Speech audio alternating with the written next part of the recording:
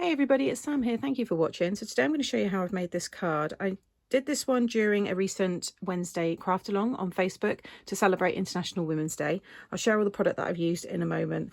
I was watching a live prior to me going live myself, and whilst I was watching that I drew this out here.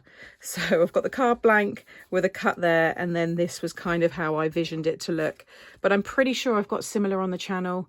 I've got 6 years worth nearly of tutorials, and there's over 1,000 now, so I'm pretty sure I have done something very similar, but I do forget as the years go by. But it's a really nice style. I've got to be careful when I open this one because I don't want to bend the flowers too much, but you can see inside you've got your panel to write your message.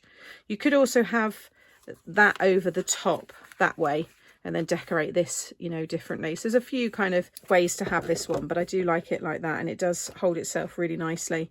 So it's straightforward to make. You don't need any dies or anything for this one, so let's get started. So I'm going to do another 5x7, but using a different stamp set that's part of this same collection, but I'm going to use the blue colours. Now, I was given a code. The code is going to, I'm going to make sure this video goes out before the code expires, but it's Frida, all capitals, 20, and you can get 20% off this bundle. And if you're a VIP with Craft Stash, then you get your 10% on top of that. So it's a really good saving. Quite a few people during the live took advantage of it anyway, so I'm not sure what stock will be like by the time this video goes out. But if you do like this, then take advantage of the discount code. It's going to expire at midnight today or Friday. This, like I said, this should be going out then. You get the ephemera, which I've not used with these cards, but I have used on past cards before. Beautiful washi tape set here, and then the 2 stamp sets, which are just gorgeous, and I love the words. So I've used this one on this one here, and you can see how all that detail with the embossing, it does pick that all up. And then I took the beautiful from this set, and then for today's card I'm using this image, and I'm using the strong woman from this set here. But just lovely powerful words there, and then just beautiful images to colour, but also just to heat emboss. I think they look lovely.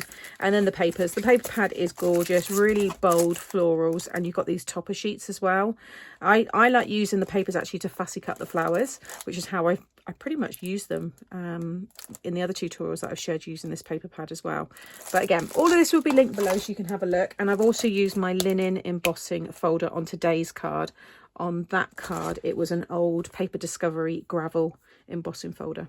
So first of all, you want to make your card blank. So a 5x7 shot brought will be fine, or if you want to make your own, it's a piece of 10x7, and along the 10-inch side you're going to score at 5 and fold that in half. Okay, I've then embossed this piece here using this gorgeous mirrored card, and that's going to go inside. I'm going to stick that one down in a minute, and then I've got these pieces here. This is the panel inside. This is 10.5 by 4, and along the 10.5 side you want to score at 5.25. If you want to do them the same as me, then the silver piece is 3 7/8 by 5 1/8, and then the white piece is 3 3/4 by 5. But again, if you want the 1/4-inch borders, then you'll want a silver piece that is 3 3/4 by 5, and then 3.5 by 4 3/4. Okay, that's going to go on the front. You'll then want those same sizes again. That's going inside, and that's where I'm going to write my message. And again, using the stamps in the sets, I've just embossed that detail there. And then I've got this piece here, which I'm going to chop in half on the diagonal, and that's to cover the triangle piece on the front. This is 4.5 by 6 3/8. And this one, you're going to cut from top left to bottom right. So I'm just going to line up the points with my blade there. Oh, that's obviously gone through my embossing, my die machine, and the pressure's quite hard, so that's fine. I can piece that together.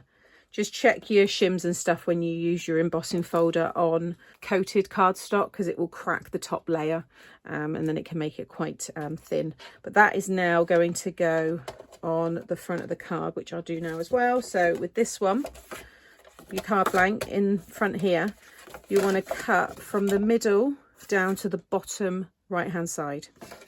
So again, I'm going to sit this in my trimmer and just line up the point there on the blade. Make sure I'm all in shot, just down here, and then the top of that score line, and trim that off. And then you could keep these both for another card, do something creative with those. So you see you've got that there. So I'm going to stick that one inside and I'm going to stick this one on the front. Okay, so that's everything stuck down. And then I've got this one here. So I've stuck all those down. I've just popped double-sided tape on the back because I'm sticking it onto the mirrored card.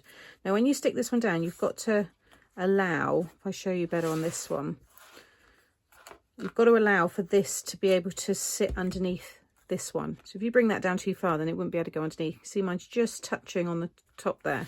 And that was about 3/4 of the way down. So again, I'm just going to make sure it's all got a nice equal border on the left and the right there. It's nice and straight there. And then see that folds in, it's just got that clearance there, and then that folds over. And then I'm going to do this one a little bit different. So I've stamped my image a little bit higher on this one. So if you watch this live, I just stamped her right in the middle of that panel. But I thought I'll go a little bit higher and then I can have the sentiment overhanging towards the bottom. So I can almost equal the border here with the bottom there. Now I'm going to lift this up on a little bit of foam because then I can pop some of the flowers that I've cut here underneath. So I'm going to do this one just slightly different. Obviously, if you're posting this and you need to keep things a bit flat, then you wouldn't add the foam like I am here. So I reckon about there. So just test that your card can open. So it kind of just rests on the front there. I think I'm happy with that. And then, like I said, you don't want to really put too much around that fold. So I'm going to focus all of my design around the bottom portion here.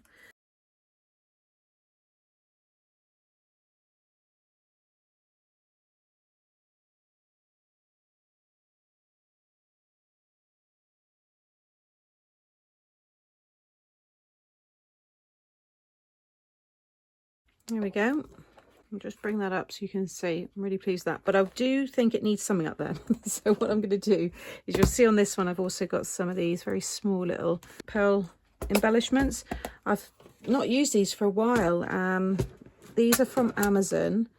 And I've got these green and blue mix. I like them because there's two colours in each one.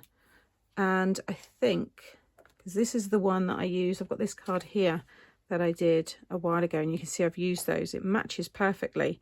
So I'm going to have just 3 of these in that corner, just so there's something of colour up at that end. Now you do get 3 different sizes. I've just got a larger size and a small, but there's one in between, or there's one larger than that. There's like a set of 3. I do need to get them really, because it's quite nice to have like the sizes kind of staggered next to each other.